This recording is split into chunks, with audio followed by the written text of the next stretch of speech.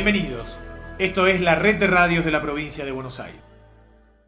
Hola, ¿cómo les va a todos? El gusto que estén de ese lado una vez más para quienes nos están escuchando a través de la red de radios de la provincia de Buenos Aires. Nuestro saludo fraternal a las más de 150 radios que nos reciben en todo nuestro querido territorio bonaerense. Para comenzar nuestro diálogo con Oscar Cuartango, ministro de Trabajo de la provincia de Buenos Aires.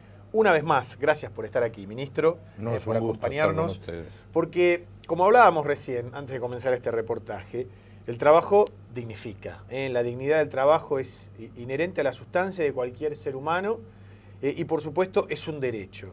En el territorio de la provincia de Buenos Aires, donde está gran parte de la población, hay mucha gente que trabaja y hay otros de otras ciudades que no pertenecen a la provincia que también van a trabajar a la provincia de Buenos Aires.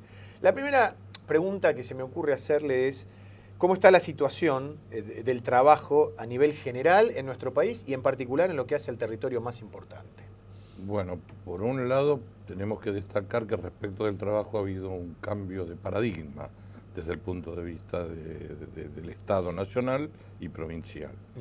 Es decir, de considerar el trabajo una mercancía y una variable de ajuste en el proceso económico pasó a ser un eje de las políticas públicas a través de la concepción de que el trabajo dignifica, de que el trabajo es un regulador social, es la principal herramienta de inclusión social. Sí, de allí que la presidenta permanentemente dice este gobierno jamás ha tomado una medida en contra de los trabajadores. Esto es inherente un poco a lo que usted está diciendo, ¿no? Marca la pauta, de la misma manera el gobernador Scioli dice gobernar es dar trabajo. Exacto.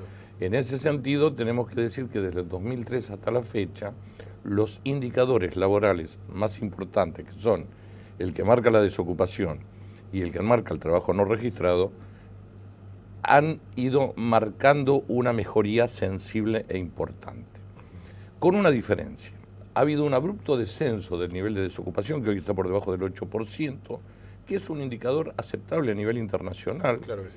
Porque el 4 puntos de desocupación o 5 técnicamente se consideraría casi ocupación plena porque es el marco de desocupación que se da producto de la estacionalidad y de la rotación de puestos de trabajo. ¿Qué países tienen, por ejemplo, ese 4? Bueno, en este momento podemos decir que casi ninguno, porque la crisis financiera mundial afectó más a los países del primer mundo, llamado primer mundo, en tanto que impactó menos sobre nuestro país por políticas activas que se tomaron al respecto. Claro.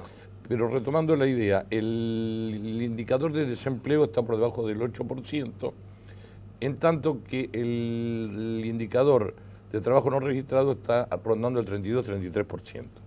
¿Qué significa esto? Que hubo un abrupto y violento descenso del indicador de desempleo que no fue acompañado en la misma manera que con el indicador de trabajo no registrado, que si bien descendió, todavía sigue siendo un guarismo elevado. Sí, ¿no registrados trabajo en negro? Sí, es lo que comúnmente se denomina trabajo en negro. Son trabajadores que no están incorporados a la seguridad social, los cuales no tienen, por un lado, obra social para sus grupos familiares, no tienen aportes jubilatorios, generalmente se les paga por debajo del convenio y en muchos casos están sometidos a clandestinidad y a situaciones muy indignas de trabajo porque hacen muy difícil su control. Ministro, ¿está por lo menos explorado, investigado por ustedes, por qué hay gente que sigue aceptando esos niveles de trabajo? Sí, digamos que uno de los primeros trabajos de investigación que encargamos, ni bien asumimos en la cartera, fue un equipo del CONICET, el CEIL-Piete, que es un ámbito dedicado al mundo del trabajo. En ese tiempo estaba coordinado por Julio César Nefa, que es un calificado especialista en la materia. La situación del trabajo no registrado en la provincia de Buenos Aires, es decir, fue un diagnóstico. En ese sentido, inclusive no tenemos un universo único y parejo, hay distintos fenómenos. Por un lado, por ejemplo, el personal mal denominado del servicio doméstico, que ahora hay una ley en el Congreso con media sanción de diputados que lo denomina correctamente personal de casas de familia. Exacto. Por otro lado, el trabajo rural en determinados ámbitos, sobre todo el trabajo zafrero o estacionario de cosecha. Por otro lado, el trabajo en talleres clandestinos, textiles y del calzado. Son fenómenos que deben ser abordados y tratados de manera diferente. Claro, lo que pasa es que también hay que encontrar esos lugares porque muchos de ellos están escondidos. Nosotros a través de los noticieros hemos descubierto lugares, los que se denomina trabajo de cama caliente, en donde hay familias hacinadas viviendo en un mismo lugar durante mucho tiempo en condiciones paupérrimas, de trabajo casi esclavizantes. Sí, nosotros hemos descubierto en el trabajo rural, en el caso, por ejemplo, de empresas que producían semillas de maíz, Sí. Situaciones que estaban rozando la figura de la reducción a servidumbre, que es Sí. el término técnico jurídico para denominar el delito, o también de trata de personas. Sí. Por otro lado, el caso del denominado personal de servicio doméstico es otro universo, con una tipología muy particular también, donde no se dan estas situaciones aberrantes, pero donde también tenemos dificultades para detectarlo porque se practican dentro de los domicilios particulares. Exactamente. Por eso se lanzó hace unas semanas una campaña de información y concientización en la provincia de Buenos Aires tendiente al blanqueo del personal doméstico. Uno de los mensajes también es que le conviene tanto al empleado como al empleador este blanqueo, ¿no? Exactamente. Yo creo que la situación de irregularidad en este sector obedece principalmente a dos causas. Por un lado, había una resistencia de parte de las trabajadoras, en su mayoría son del sexo femenino, porque temían perder planes sociales, Sí, planes que le da el gobierno. con los cuales contaban.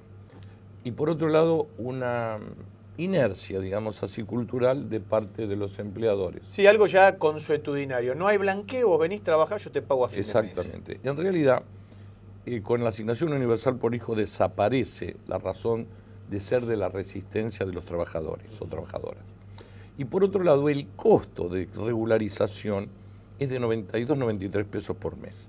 Con lo cual el empleador, mediante una simple operación en internet, le da de alta a la trabajadora, imprime el recibo, luego le saca fotocopias y paga todos los meses los 92, 93 pesos, y está totalmente blanqueado y está autorizado a descontar el salario del trabajador o trabajadora en su declaración de impuesto a las ganancias. Es decir, que no hay motivo para que se resista al trabajador, y yo creo que tampoco hay motivos económicos para que ofrezca resistencia o persista la negativa del empleador. Entonces, ¿qué hay que abordar? Hay que abordar el problema desde la óptica de la concientización y el esclarecimiento. ¿Ha habido avances en este aspecto, por lo menos en los números que se tenían, no sé, hace un año con los actuales?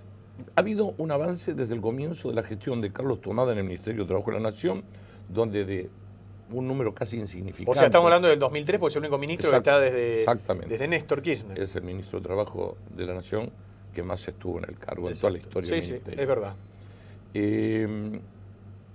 Desde el 2003, en el 2003 había, no sé qué número exacto, pero pongámosle 20.000 o 25 o 30.000 trabajadoras registradas en todo el país. Del 2003 hasta el 2007. De un total de... Y aproximadamente se estiman un número superior a los 2 millones en todo el país. Del 2003 al 2007, 2008, Sí. se llegaron a registrar 300.000, con lo cual pegó un salto cuantitativo importante. Sí. Y ahí se volvió a estancar. Y no ha registrado mayores progresos hasta la fecha.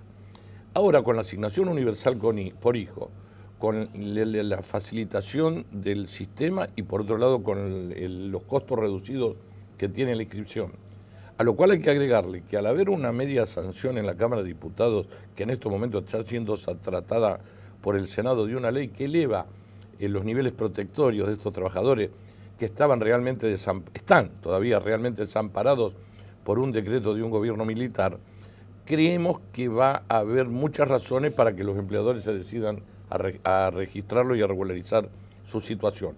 No hay obstáculos económicos, no hay obstáculos de parte de los trabajadores y se corren grandes riesgos con una legislación que eleve los niveles de protección.